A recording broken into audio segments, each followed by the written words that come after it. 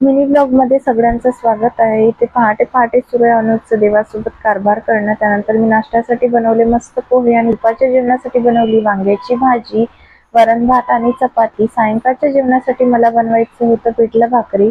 पिठलं बनवण्यासाठी मी इथे कढईमध्ये तेल टाकलं. तेल गरम झाल्यावर जिरे, मोहरी, कांदा, हिरवी मिरची आणि लसूणची थोडीशी पेस्ट सगळं छान परतून घेतलं. इकडे एका भांड्यामध्ये बेसन घेतलं आणि त्यामध्ये ताक मिक्स करून घेतलं. कांदा छान परतून झालेला होता. त्यानंतर त्यामध्ये हळद, तिखट, धने पावडर छान मिक्स करून घेतलं आणि त्यामध्ये पिठलं टाकलं.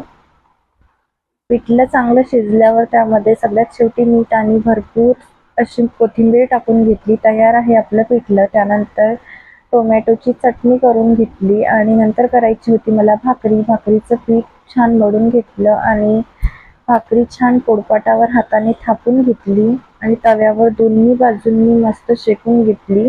गॅसच्या जाळावर भाकरी छान दोन्ही बाजूंनी भाजून घेतली. तयार आहे आपली टम्म फुगलेली भाकरी.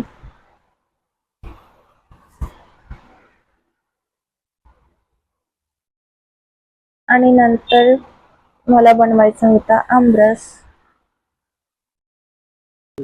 आमरसमध्ये मीठ आणि साखर मिक्स करून हँड मिक्सीने छान फिरून घेतलं.